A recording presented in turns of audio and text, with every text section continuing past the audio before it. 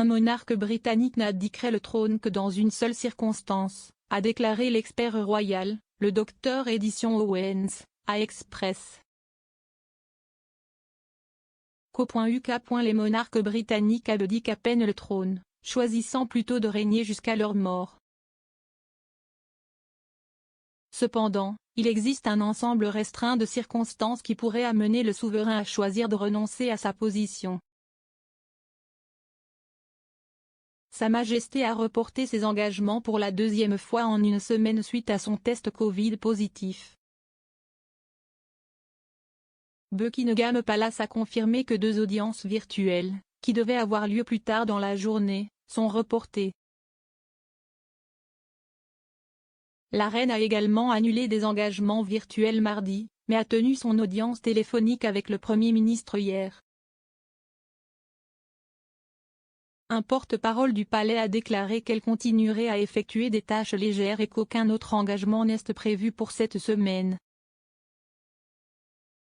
L'inquiétude concernant la santé du monarque demeure après une vague de problèmes de santé à la fin de l'année dernière, notamment un court séjour à l'hôpital et une période de repos sous la direction d'un médecin. Buckingham Palace a confirmé que 2 audiences virtuelles, qui devaient avoir lieu plus tard dans la journée, sont reportées. La reine a également annulé des engagements virtuels mardi, mais a tenu son audience téléphonique avec le Premier ministre hier.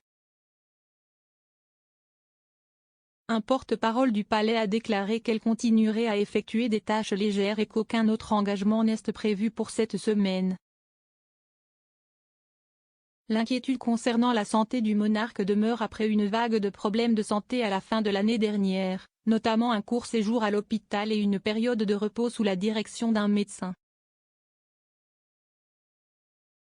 À quelques mois de son 96e anniversaire, des questions ont été soulevées quant à savoir si elle pourrait abandonner son poste et prendre un peu de repos après plus de 70 ans au service de son pays.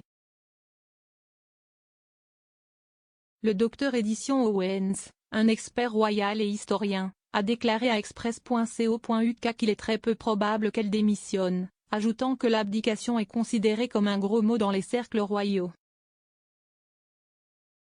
Il a fait valoir qu'il ne démissionnerait que s'il y avait un scandale si dévastateur qu'il menaçait la monarchie en tant qu'institution. Le Dr Owens a déclaré « Je pense qu'il est hautement improbable qu'elle abdique, à moins qu'un futur monarque de Grande-Bretagne ne soit physiquement incapable de remplir le rôle. Par conséquent, l'abdication peut être considérée comme une option, ou qu'il jette le discrédit sur la monarchie, par exemple par une sorte de scandale personnel, et donc essentiellement démissionner et transmettre le rôle de monarque dans l'espoir que cela assurera la survie de la couronne. » Cependant, il a précisé plus tard que si un monarque était physiquement incapable de remplir son rôle, il était plus probable que son héritier agisse en tant que régent, tout en restant monarque de nom jusqu'à sa mort. Il existe un précédent à cela, car le roi George IV a agi en tant que régent pour son père malade, le roi George III, pendant de nombreuses années. La raison pour laquelle l'abdication est si taboue dans la famille royale britannique moderne, comparée aux familles royales européennes par exemple, est la crise de 1936. Après avoir régné pendant seulement 326 jours, l'oncle séparé de la reine, le roi Édouard VIII, est devenu le premier monarque anglais à abdiquer volontairement le trône en décembre 1936. Il avait l'intention d'épouser la divorcée américaine Wallis Simpson, mais leur mariage a été opposé par le gouvernement de l'époque et l'Église d'Angleterre n'a pas permis aux divorcés de se remarier dans l'Église si leurs ex-conjoints étaient encore en vie. Malgré un front uni apparent contre lui, Édouard ne pouvait pas être dissuadé. Il a choisi l'amour de sa vie plutôt que d'être roi et a renoncé à son poste. Le scandale entourant son abdication a laissé un goût amer dans la bouche de ceux qui font partie des cercles royaux depuis, il est donc très peu probable qu'un monarque britannique emboîte le pas. Si Sa Majesté devenait trop malade pour s'acquitter de ses fonctions, le Dr Owens a suggéré qu'un plan pourrait être mis en place, mais un tel plan n'inclut pas l'abdication. Il a déclaré, si elle devait devenir très malade, il se pourrait qu'Élisabeth II se retire essentiellement de tous les rôles publics en cédant le pouvoir et la direction de la monarchie à son successeur dans le cadre de ce qu'on appelle une régence. Il existe un précédent plus récent à ce sujet remontant à la fin du XVIIIe siècle, lorsque le fils aîné de George III a régné en tant que mandataire en raison de la mauvaise santé du monarque. George IV a servi comme régent pendant 9 ans tandis que son père, George III, est resté roi, pour finalement monter sur le trône en 1820 à la mort de son père. Andrew Loveny, historien et auteur, a déclaré à Express.co.uk l'année dernière que la monarchie était déjà dans une période de régence douce, dans laquelle Sa Majesté a pris du recul.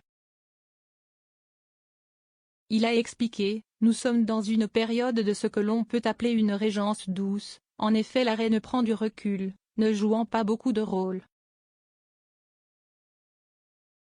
Il a déclaré, si elle devait devenir très malade, il se pourrait qu'Élisabeth II se retire essentiellement de tous les rôles publics en cédant le pouvoir et la direction de la monarchie à son successeur dans le cadre de ce qu'on appelle une régence.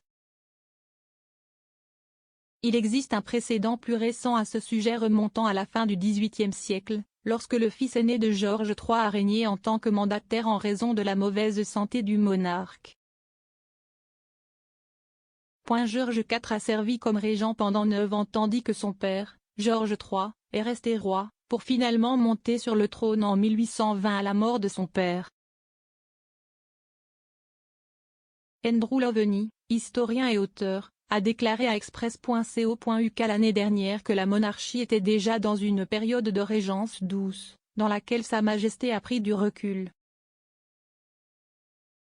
Il a expliqué, nous sommes dans une période de ce que l'on peut appeler une régence douce, en effet la reine prend du recul, ne jouant pas beaucoup de rôle. Les rôles qu'elle joue sont accompagnés par le prince Charles, tout le monde se prépare pour Charles et Camilla. En conséquence, William et Kate, qui semblent être très populaires, prennent la place de Charles et Camilla. Il a ajouté, parce qu'ils sont, je dirais, presque plus populaires que Charles et Camilla, ils ont probablement reçu un rôle plus important.